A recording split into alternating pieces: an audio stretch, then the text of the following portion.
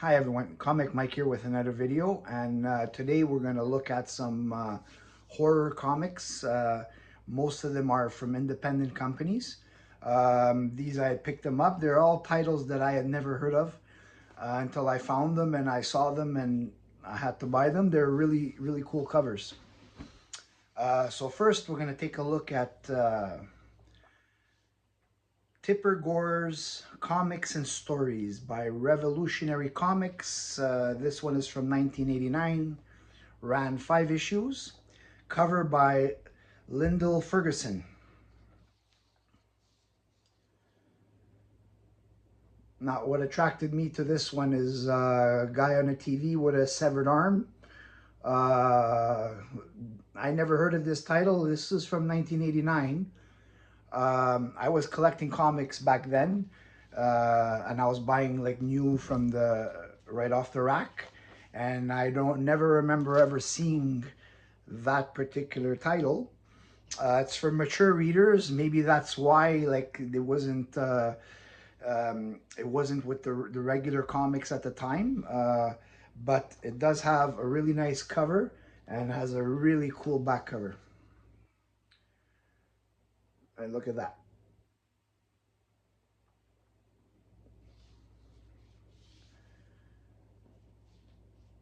And of course, interior is black and white. And this is an anthology. There's several stories in these books. Next, this book, as soon as I saw the cover, I had to have it. Adventures into the Unknown, #1, 1990. This one ran roughly 4 issues. It's also another anthology. This one is the cover is by the GOAT, the greatest of all time, Frank Frazetta.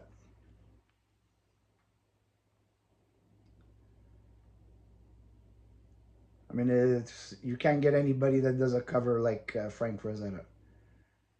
And the back cover too.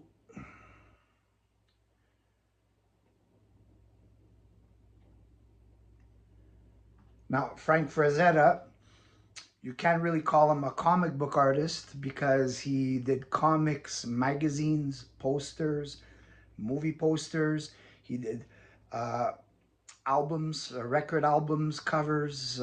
He basically, you'll find his work everywhere. And as for artists of like the whole mystique of art in like hobbies and records and comics, and for me, Frank Frazetta is the best. There's also a YouTube channel. It is called the Frazetta Girls. It's I believe it's by his granddaughter, and I started watching that a few months ago. I found the channel, and then she really gets into lots of different topics and detail about her grandfather's work, who he did work with. It's a really interesting channel. You get to learn a lot about Frank Frazetta. Check out that channel. It's called Frazetta Girls.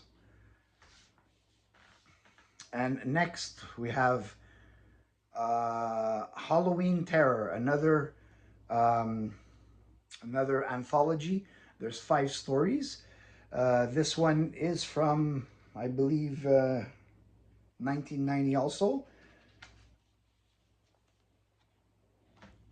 Also a nice cover. So you got like, they don't name him by name, I guess for copyright issues.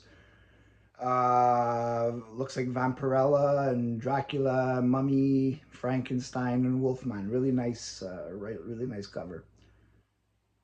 And it's by Eternity Comics. I'm not familiar with that brand. Um, the 5 stories. The first story is The Fearless Vampire Killer, Lowell Cunningham and Marvin Mann, Willie and Phil and the versus the Mummy by S.A. Bennett and Michael Rydell. Kin, Steve Jones and Bruce McCorkadale. The Long Way Home, Bill Spanger and John Ross, and On Hold by Bruce McCorkadale. So,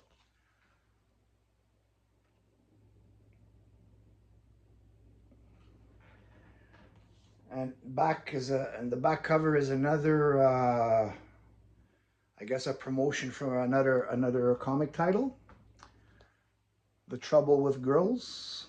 So I never, if I do find that one, I'll probably pick it up because it follows my trend of collecting and weird and number ones. And this too is a black and white cover, a black and white interior. I noticed that a lot of the independent comics, of the 90s, a lot of them did have black and white interiors. I'm assuming for cost measures. Um, but I mean, these are pretty expensive for the time because in 1990 the comics were probably like $1, $1.25, and the prices on this is $2.50 American and $3 Canadian. So for all that extra money, and you're not getting a color interior. Next is another comic that I've never heard of before. It's from Horror House Productions. Deep Dimension Horror #1.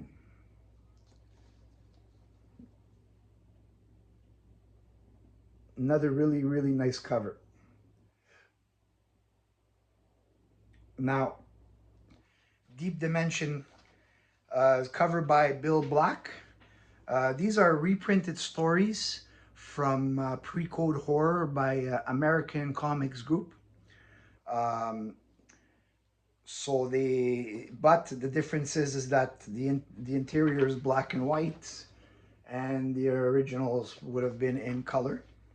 Still, now so nice back cover promoting another title coming soon from Horror House Horrors of the Hunter.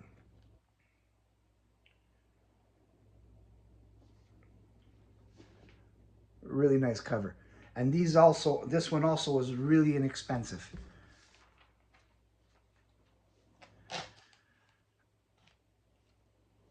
Actually, all the ones that I just showed you, I paid them all really, really inexpensive.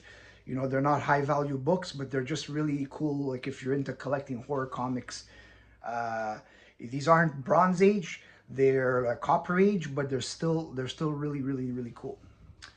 Now we'll do a couple. Last two are going to be from Atlas Seaboard. So we have Tales of Evil #1.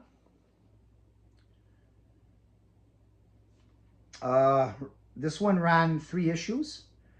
It's an anthology and art by Jerry Grandendetti. It's done in the style of Marvel Comics because it's Larry Lieber and an ex a lot of guys from Marvel that they with the issues that they had, and they broke away from Marvel and they tried to start their own comic company, and there's a big history of this publisher, Atlas Seaboard. There's lots of videos on YouTube that get into real detail of everything that went, and that's why a lot of these Atlas Seaboard comics, they're very similarly done to what Marvel Comics were doing in the style of the writing. A lot of the writers and artists from Marvel did switch temporarily, but there was just not much going on money wise, and there was problems with getting paid. So out of all the titles of Atlas, I think None of them went more than 3 maximum. I think there was 1 or 2 titles that might have done 4 issues. Some of them were just one shots. And one of the ones that's a one shot, I'm going to show it right now. Son of Dracula, Fright featuring Son of Dracula, #1. This is a one shot. Frank Thorne, ink and pencils, 1975 also. It's a pretty nice cover. Now, I like Atlas Seaboard. I have a lot of the comics of Atlas Seaboard. Not all of them, but I have the most of them. And I will be doing videos in the future. I won't be able to do all of them in one video because there's a lot, and I have a lot of them, the full runs. So I'll get into those in another video, but these were like 2 that I had that were like of the horror kind. And so I'll get into those at another video. So that's it for the comics for today. Now I would like to do a few shout outs to some channels that I do like to watch. Mostly because they have similar collecting habits as I do. And the first one I would like to say is Chonko's Comics and Nerd Culture. Very entertaining show. He does some really cool unboxings. If you're not subscribed to him, check him out. He's worth the watch. And he does quite a few videos a week. You know, almost like on a daily basis. He does like a video, and he's really cool to watch. Another one is Raf's Retro Comics. He's one of my favorites of all to watch because he collects similar to what I have, and he gives really good descriptions of artists, and gets really into the deep dives into a lot of the stories, not just the stories, but he'll talk about Bronze Age titles and the artists and the best Golden Age artists and best, you know, he really gives some good information. I learned a lot from him. I know some of the stuff, but I always learn something new when I watch one of his videos.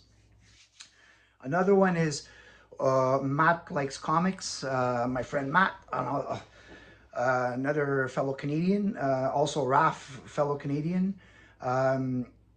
He does a great Superman show every Sunday. Every Tuesday he does a good interview with either it's a new YouTuber or a YouTuber that's been around for a while, and you know, good information. And he does his own videos, and he picks certain comics and certain stories, and he basically gives you the whole detail of a specific comic.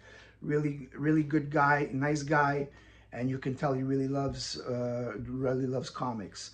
Another one is AWO Comics, Anthony. Now the AWO is not Anthony World Order. It's like for the wrestling. It's Anthony, Will, and Owen, his 2 sons, which I find really cool because he's taking YouTube channel and he's turning it into like a family affair, which is really cool. Helps the young kids, you know, get a direction, maybe like being in comics. Maybe you know, it's good for them, this new generation, because there's too much into tablets and computers and iPhones. So having a different kind of entertainment, it's you know, especially if they're really young, they're really good to you know, to get into comics or something that just they can actually physically read instead of just, you know, swiping a page and like that. He's a good guy. He collects a lot of the same stuff that I do. That we sort of connected on Instagram, where I liked his pictures, he likes mine, and then he sent me a video and I sent him one of my YouTube videos, and we've been like following each other's videos. And he's a good guy. Check him out. It's AWO Comics. And I will be shouting out some more channels that I do watch in other videos. I'm just not going to do it all in one video. So anyways, if you like this video, please like and subscribe. And I'll stay tuned for the next video coming soon. Thanks.